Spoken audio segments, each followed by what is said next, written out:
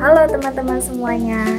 Perkenalkan, saya Gina Rodatul Jannah, mahasiswa program studi PGSD Universitas Muhammadiyah Lamongan dari kelas 2A dengan akhir NIM 632. Jadi, pada kesempatan video kali ini saya akan menjelaskan bagaimana cara melakukan uji daya beda dan juga uji tingkat kesukaran melalui SPSS. Yang pastinya video ini akan memberikan pemahaman yang mudah dan bisa diikuti oleh teman-teman semuanya. Untuk itu, tonton video ini sampai habis ya. Oke, baik teman-teman, sebelum kita masuk pada langkah-langkah pengolahan uji daya beda dan juga uji tingkat kesukaran, kita perlu tahu dulu nih konsep dari uji daya beda dan juga uji tingkat kesukaran itu apa. Nah, masuk pada poin yang pertama, yakni mengenai uji daya beda. Apa sih uji daya beda itu? Jadi, uji daya beda itu digunakan untuk mengukur besarnya perbedaan atau hubungan antar variabel. Atau bahasa sederhananya yaitu untuk mengukur kemampuan soal dalam membedakan antara siswa yang berprestasi tinggi dan juga siswa yang berprestasi rendah. Nah, di sini di poin B ini ada interpretasi uji daya beda, yang mana interpretasi uji daya beda ini akan kita bandingkan dengan output hasil uji daya beda melalui SPSS nanti. Nah, selanjutnya kita masuk pada poin pada uji tingkat kesukaran. Jadi apa sih uji tingkat kesukaran itu? Uji tingkat kesukaran itu digunakan untuk mengukur seberapa mudah atau sulit suatu soal. Nah, di sini sama juga dengan yang di atas, ada interpretasi. Nah, di sini ada interpretasi uji daya beda yang mana sama digunakan untuk membandingkan hasil output dari SPSS. Nah, sebelumnya kita masuk pada Excel. Di sini saya sudah menyiapkan datanya. Saya mengambil 25 responden dengan 10 butir pertanyaan. Langkah yang pertama yaitu kita copy dulu. Kita akan lakukan uji daya beda. Nah, kita copy. Kita masuk pada SPSS. Kita input datanya. Oke, kita selanjutnya masuk pada variable view. Nah, di variable view ini kita rubah untuk namanya, ini kan masih berantakan ya. Kita ganti dengan nama yang kita inginkan. Nah, kemudian cara cepatnya kalian bisa Ctrl F. Kita masuk ke replace. Nah, untuk filenya ini bisa kita isi dengan var. Nah, untuk replace with-nya ini kita sesuaikan nama yang kita inginkan. Misalnya di sini saya ingin menggunakan keterangan item. Kita tulis aja item, kemudian kita klik replace all. Nah, maka otomatis kolom nama di sini sudah berubah menyesuaikan tadi. Nah, selanjutnya kita ganti desimalnya. Ini kita gunakan 0. Kita gunakan 0 semuanya.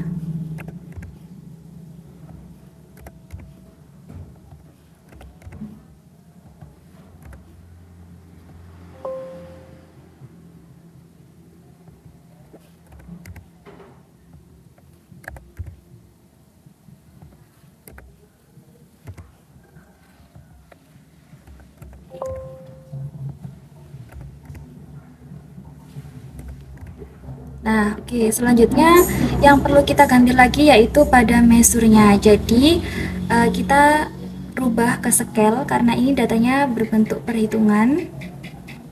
Jadi kita rubah semuanya ke scale.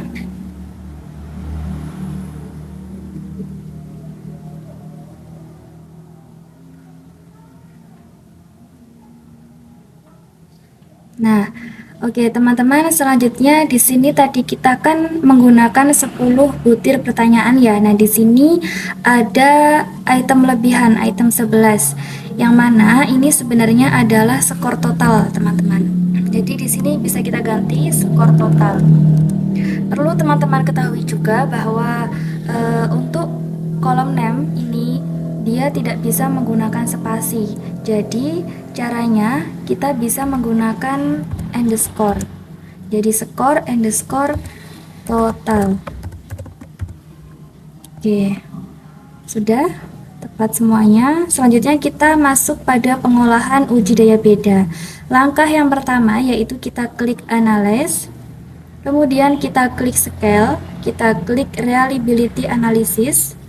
Nah, untuk kolom di bagian kiri ini kita pindahkan semua ke bagian kanan, kecuali skor total. Nah, ini kita pindahkan ke kanan, dan kemudian kita klik statistik. Ini kita centang, yang untuk deskriptif for-nya kita centang item, scale-nya juga kita centang, scale if item delete juga kita centang. Kita klik continue.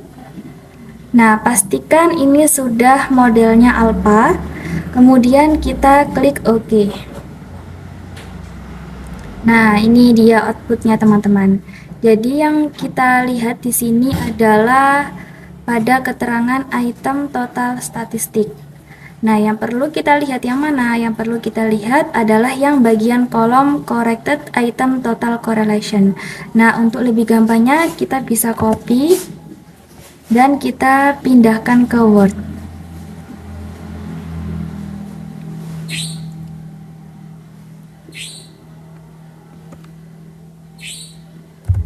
Nah, ini kita pindahkan ke Word. Ctrl V. Sebelumnya kita kasih keterangan dulu di sini uji daya beda.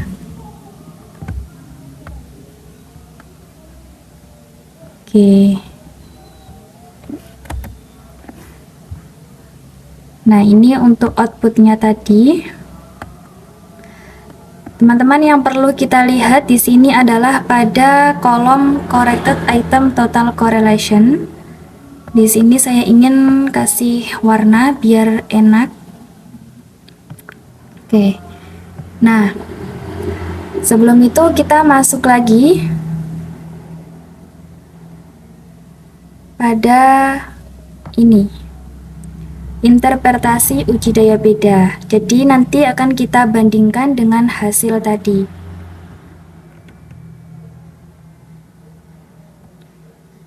Nah, di sini saya bagi dua layar supaya enak nanti kita untuk membandingkannya.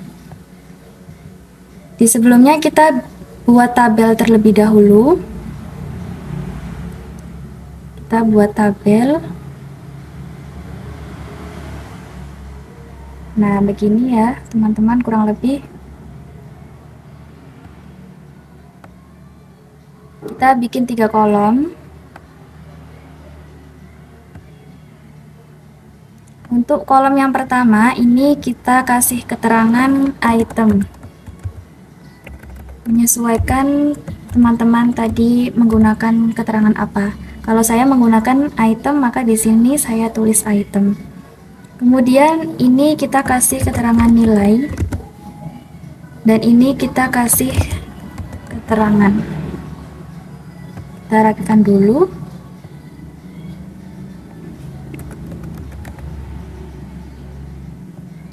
Ini saya kasih warna juga. Nah, jadi kita tulis dulu itemnya 1 sampai 10. Oke. Karena ini kurang, kolomnya kita tambahi.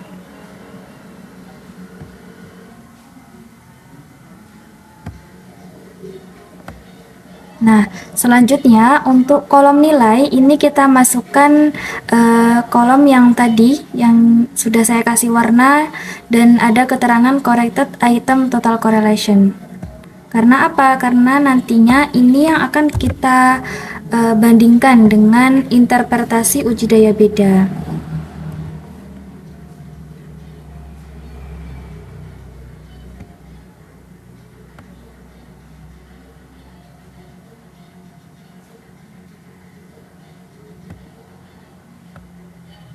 Nah, Oke, kita masuk pada item yang pertama dengan nilai 0,595.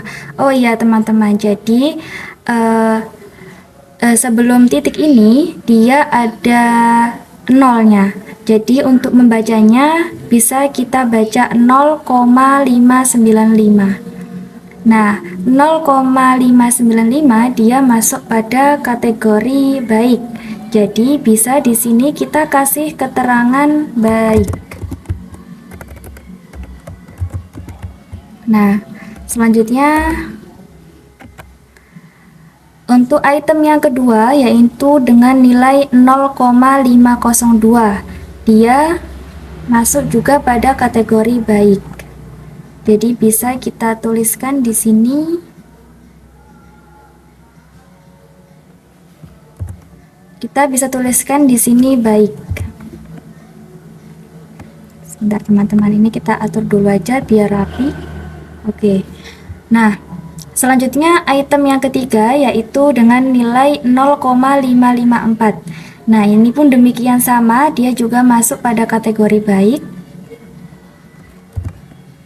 Selanjutnya item yang keempat 0,577 pun demikian sama, dia juga masuk pada kategori baik ya.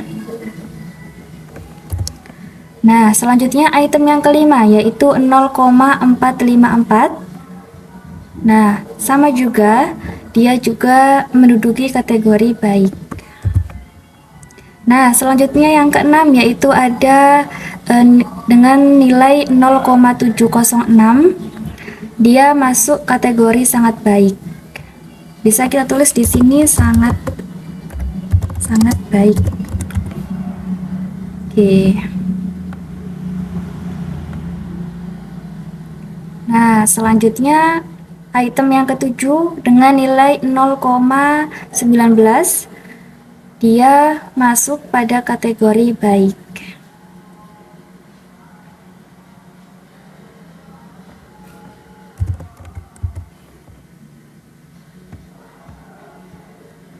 Kemudian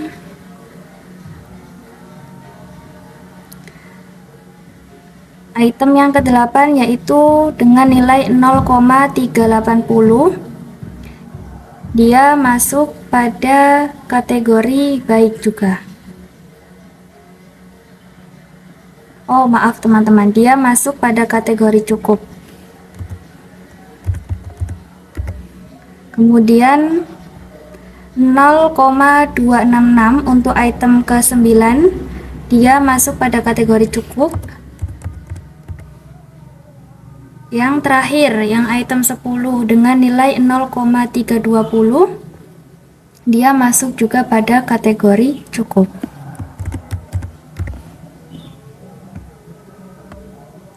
Oke. Selanjutnya kita buat kesimpulan.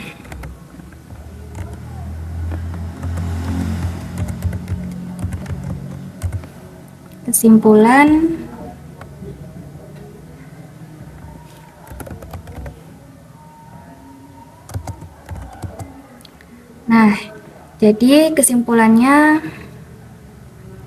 saya bikin begini.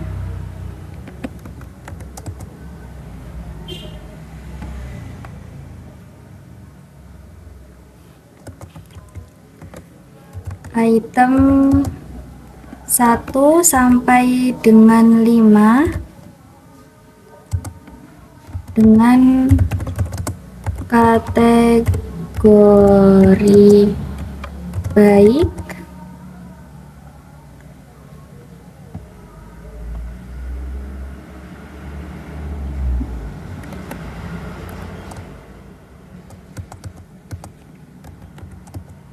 Kemudian yang kedua, item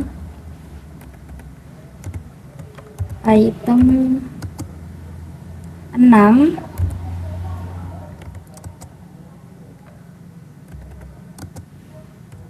dengan kategori sangat baik. Nah, untuk yang ketiga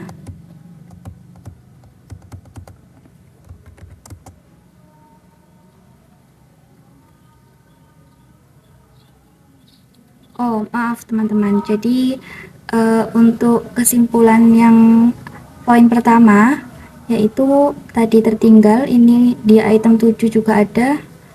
Bisa kita tulis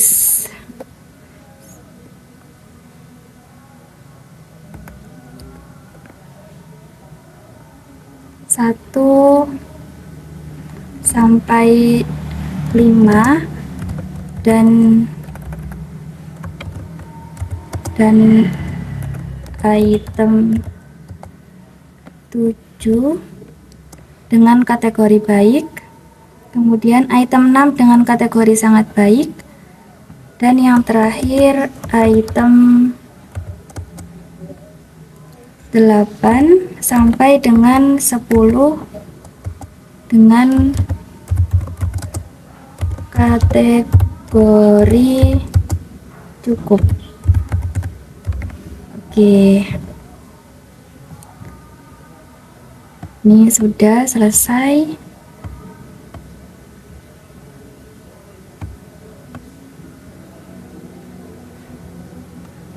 Nah, ini saya rapikan dulu.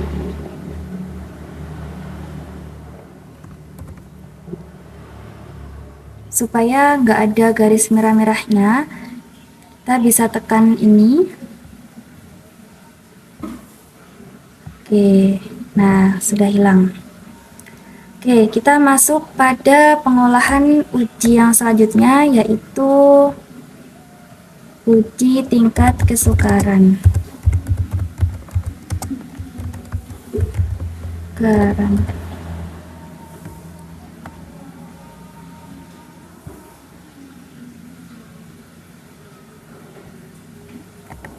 Kita kembali lagi ke SPSS. Nah, jadi teman-teman, untuk uji daya beda dan juga uji tingkat kesukaran yang akan kita lakukan setelah ini, kita menggunakan data yang sama yang kita gunakan di awal tadi pada uji daya beda. Jadi, untuk uji daya beda dan tingkat kesukaran itu datanya bisa kita gunakan sama-sama. Untuk cara yang pertama melakukan uji tingkat kesukaran yaitu kita klik analyze, kita klik yang deskriptif statistik, kemudian kita klik frekuensi. Nah, ini kolom yang di kiri kita pindahkan semua ke kanan, kecuali skor total. Selanjutnya kita klik statistik, kita centang yang bagian mean, klik continue.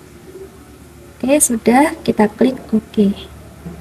Nah, ini dia sudah muncul output dari pengolahan data dengan uji tingkat kesukaran. Nah, yang perlu kita lihat di sini adalah yang bagian frekuensi ya, teman-teman, dengan keterangan statistik. Untuk memudahkan, kita bisa copy, kita pindahkan ke Word. Nah, karena tadi tabelnya panjang, ya mungkin memakan ruang di sini, maka kertasnya kita bisa ubah ke landscape. Sebelum itu kita break dulu supaya nggak keikut. Kemudian kita orientasinya kita gunakan landscape. Nah, gini. Kita copy. Nah, ini dia tadi datanya. Nah, teman-teman, yang perlu kita lihat untuk hasil output dari uji tingkat kesukaran yaitu pada kolom mean. Ini saya kasih warna.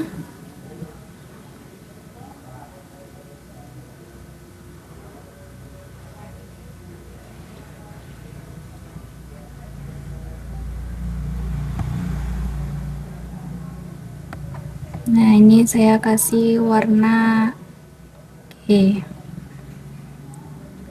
Nah, sebelum itu kita bikin tabel juga yang sama dengan yang di atas. Kita klik insert.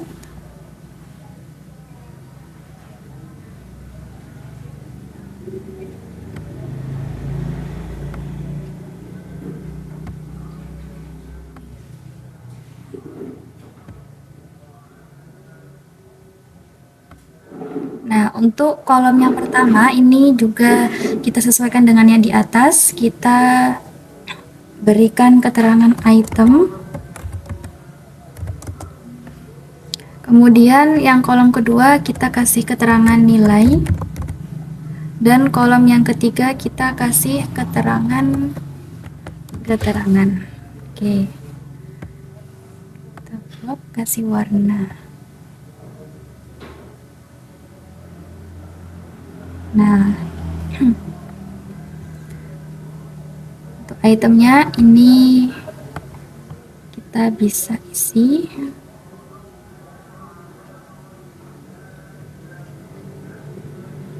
Nah, begini ya.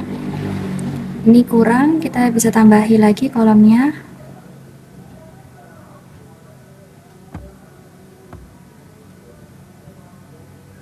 Nah, selanjutnya untuk kolom nilai ini dari hasil mean ini, untuk per itemnya kita bisa pindahkan ke sini. Untuk item pertama dengan nilai mean 2,20 kita copy sini. Item 2, item 3,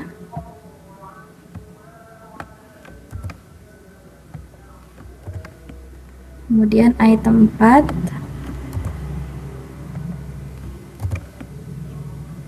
item 5,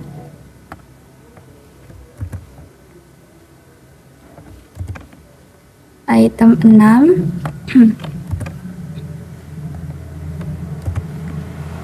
item 7, item 8,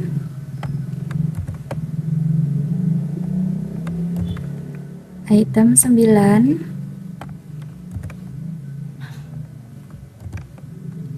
dan item yang terakhir item ke-10. Oke, selanjutnya akan kita bandingkan kolom nilai ini ya, hasil mean tadi dengan interpretasi uji tingkat kesukaran. Ini saya bagi dua layar. Nah, ini dia. Ini untuk interpretasi uji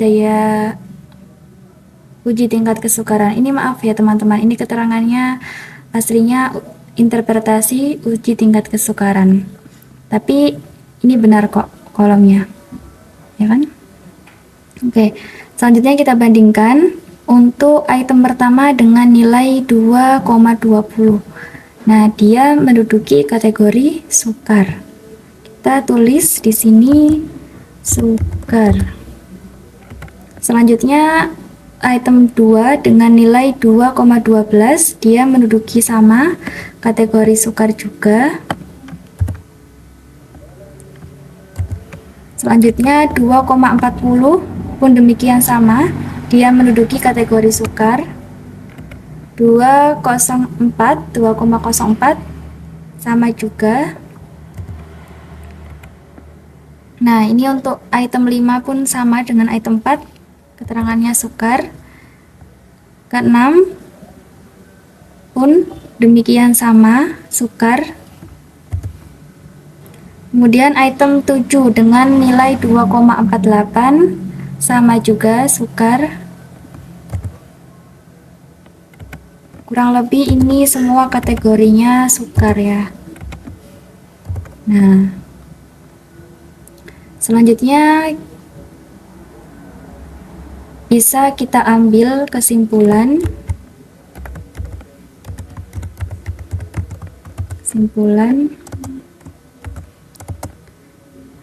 Kesimpulan bahwa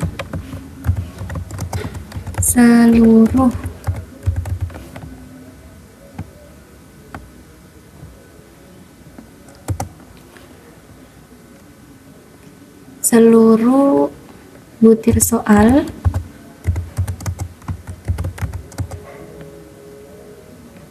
atau 10 pertanyaan yang di atas memiliki kategori sama yaitu sukar. Jadi semua soal dari soal pertama sampai dengan 10 ini kategorinya sulit ya teman-teman, sukar. Nah, oke. Ini dia hasil dari pengolahan data melalui uji daya beda dan juga uji tingkat kesukaran. Oke, baik teman-teman, kurang lebih itu yang bisa saya berikan. Semoga apa yang teman-teman lihat tadi, semoga apa yang saya jelaskan, yang saya berikan tadi dapat bermanfaat. Saya akhiri, wassalamualaikum warahmatullahi wabarakatuh.